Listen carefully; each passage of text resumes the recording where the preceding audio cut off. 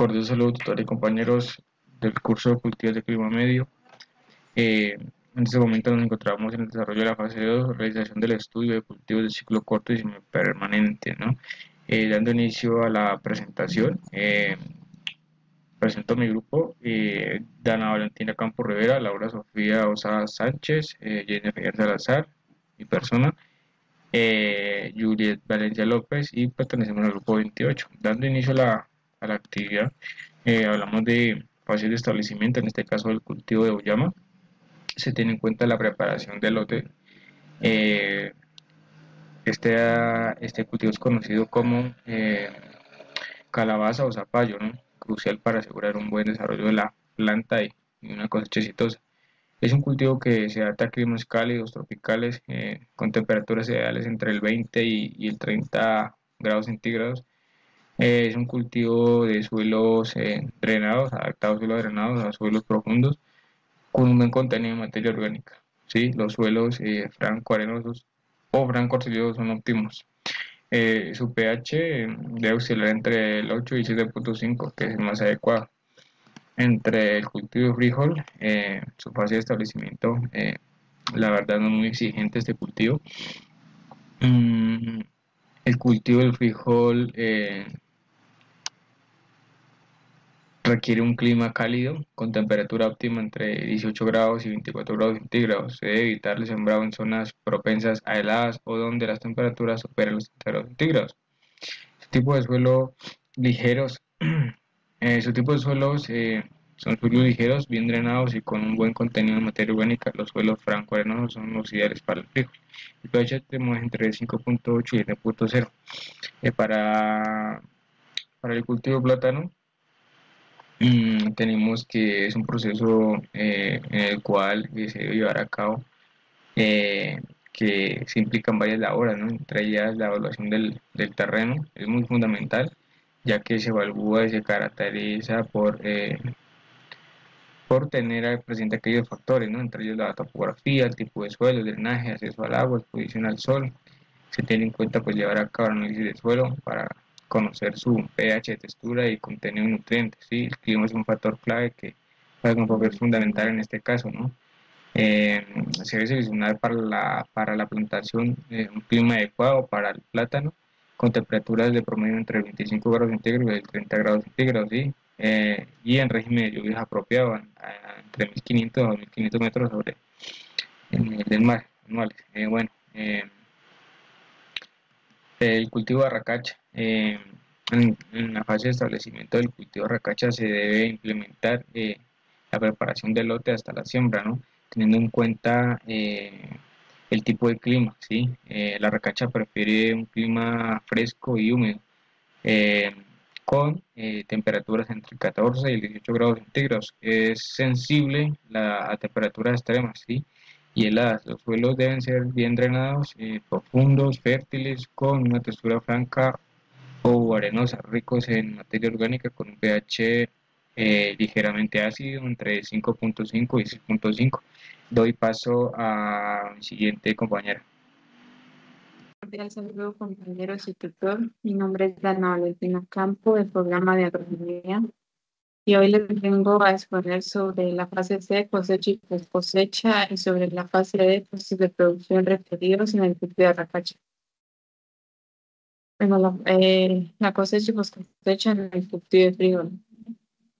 Los tiempos requeridos para la cosecha en este cultivo son a los 100 a 110 días después de sembrado. La cosecha consiste en realizar manualmente en las primeras horas del día para evitar que las vainas se abran y caigan los frutos al suelo.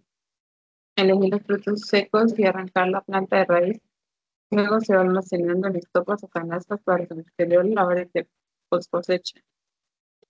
En la post cosecha existen varias labores. Una de ellas es el presecado, como segundo el grano tillado, como tercero el secado, cuarto limpieza, quinto clasificación, sexto empaque y séptimo almacenamiento.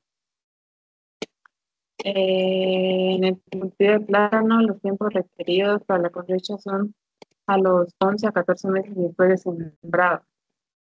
La cosecha inicialmente se realiza cortando el tallo de la planta para evitar rozar la caída del racimo. Al caer el racimo, este se sostiene y se levanta para prevenir que caiga al suelo. Los labores de la poscosecha, pues tenemos el desmane, como segundo operaciones en la empacadora, tercero tratamientos con fungicidas, también otra labor es el peso, tomar el peso y el empaque. En el cultivo de racacha, los tiempos requeridos para el cultivo de racacha para la cosecha son de 10 a 12 meses después de sembrado. En la cosecha consiste en realizar primeramente el aflojamiento de los surcos y el uso apropiado de herramientas como palas, lo cual hay que tener mucho cuidado, ya que no, mucho cuidado al no dañar las raíces. Estas también se pueden dejar en el campo por un periodo de 4 o 5 meses para que complete su maduración geológica. La post cosecha hay varias labores, que una es la recolección, otra es el curado, otra es la selección y clasificación, y por último el empaque. En el cultivo de auyamas, en este se requiere cosechar a los 100 o 100 días después de sembrar el cultivo. La cosecha consiste en que primeramente debemos observar el tallo exterior de la fruta, debe estar secando, adquiriendo una textura corchosa, además la cáscara debe estar dura y haber perdido su brillo. En la post cosecha también hay varias labores. La primera es la selección y clasificación, como segundo el lavado, tercero el empaque y por último las condiciones para almacenamiento o transporte. En los costos de producción de la cacacha, este se realizó por una hectárea. En resumen, los costos totales de producción por la hectárea fueron de 7.727.000, las ventas totales de la cosecha fueron 17 millones y las ganancias netas fueron de 9.233.000, es decir, que es un cultivo rentable. Esto sería todo sobre la explicación, así un resumen breve de mi fase. Muchas gracias por su atención. Hola, mi nombre es Laura Sofía Osa. El día de hoy vengo a hablarles de las fases de sostenimiento en los cultivos de auyama, frijol, plátano y arracacha. Les pido me disculpen la forma en que les voy a presentar este video, es que tuve bastantes inconvenientes para grabarlo desde el portátil, entonces por esto se los voy a grabar así. Bueno, para el cultivo de auyama, la fase de sostenimiento, ¿no? El control de malas hierbas es esencial en el cultivo de auyama, especialmente al inicio, mediante el deshierve manual o el acolchado, con paja para conservar la humedad. La auyama necesita suelos bien nutridos, por lo que se le aplica compost y estiércol antes de sembrar, además de fertilizantes ricos en nitrógeno y potasio. Las plagas como los pulgones y las moscas blancas son y enfermedades fungicidas, estas son comunes en este cultivo. Entonces, pues para evitar esto se recomienda el control biológico y tratamientos selectivos para mantener el equilibrio ecológico. Bueno, pues aunque algunos agricultores utilizan la técnica de podas, esto en sí la realizan es como para la circulación del aire y reducir la humedad, pero pues eso depende el productor. Y para el cultivo de frijol, el control de malas hierbas es crucial en las etapas iniciales del cultivo de frijol, porque pues se debe realizar un deshierve manual y también, igual que la auyama, se puede realizar un acolchado para conservar la humedad.